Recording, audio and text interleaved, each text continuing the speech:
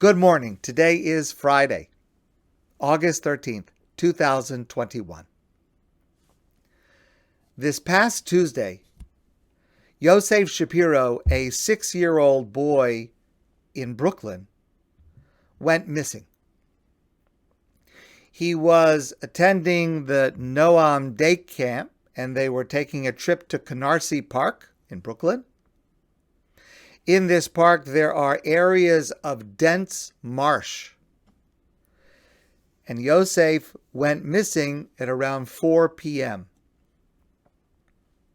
Very quickly, the New York police, along with a number of Jewish organizations, mobilized a massive search effort.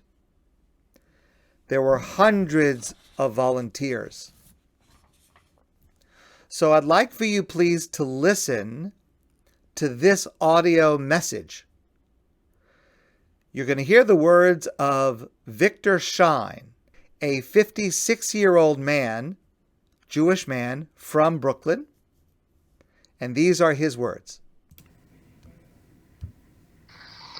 I heard they needed volunteers about 6:30, and I was debating whether I should go. It was overcast.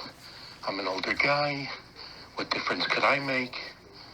And I really wasn't going to go, but then I thought about my 6-year-old grandson. And if it was him, I'd want every single person out there searching till he was found. So I got dressed in sneakers and a ball cap and a white shirt with long sleeves so I could be easily seen and also protected from the elements. And I got in my car and drove. And I felt a little bad because I was skipping Mincha, the afternoon prayer service, but I knew that I had to do it, so I actually prayed while I was driving. Sorry, Rabbi. Anyways, I got to the scene, and there were hundreds and hundreds of people, mostly milling about, waiting at the command center in the Pattergat marshes. And they were drawing up a grid, and I didn't want to wait. I just wanted to go. So I went.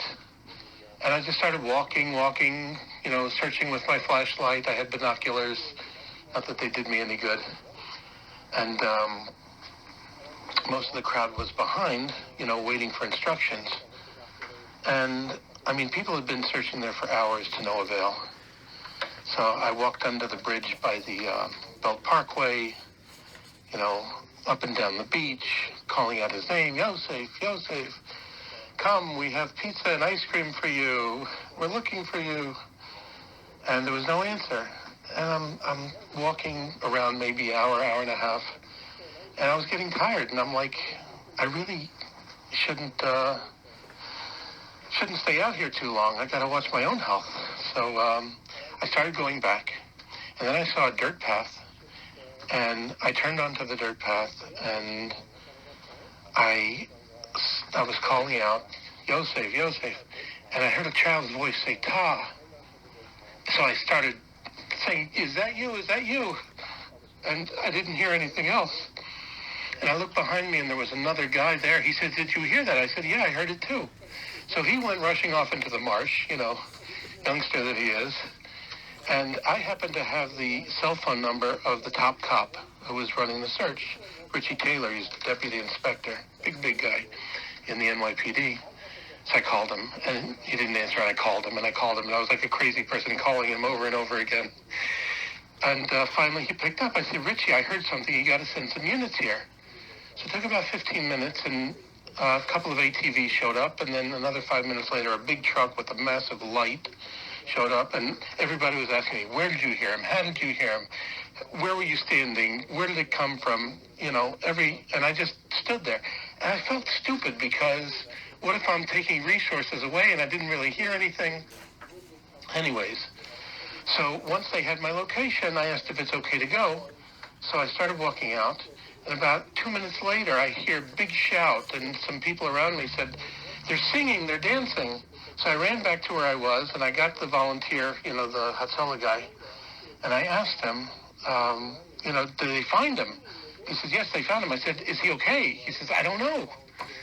So then I ran back to where the base camp was, with the ambulances and whatnot.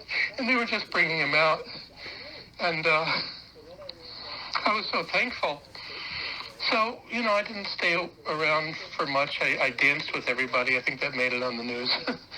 But then I went back to my car because it was pouring. We were getting soaked in buckets. My clothing is still completely drenched. Anyways, I get a phone call from Richie Taylor. He says, Victor, you were the major break in this case. Your tip brought us to the right place. And I can't even tell you how shaken I remain even this morning. It just shows that one person can make a difference, just go, just do. My mother used to say, go and do. That's, who am I? I'm some old 56-year-old guy, And it apparently made a difference right when they were giving up hope, right when the sun was already set and the rain started coming down and eliminating any trail. You just keep going. You just do, and don't worry about looking stupid or feeling stupid. You just do. And I'm so thankful that I got to be part of the story, and that boy is okay, and the family's okay, and Claudia Yisrael's going to be okay. So first of all, Baruch Hashem, thank God, this boy was found, and he's safe, and he's healthy. But the applicable message to every one of us, especially just before Rosh Hashanah and Yom Kippur, Victor's words, it just shows that one person can make a difference. Just go. Just do. My mother used to say, go and do. So whenever you say to yourself, whenever I say to myself, who am I? How could I help? What could I do? Just go and do. My friends, I want to wish you a great day. And I look forward to seeing all of you soon in person.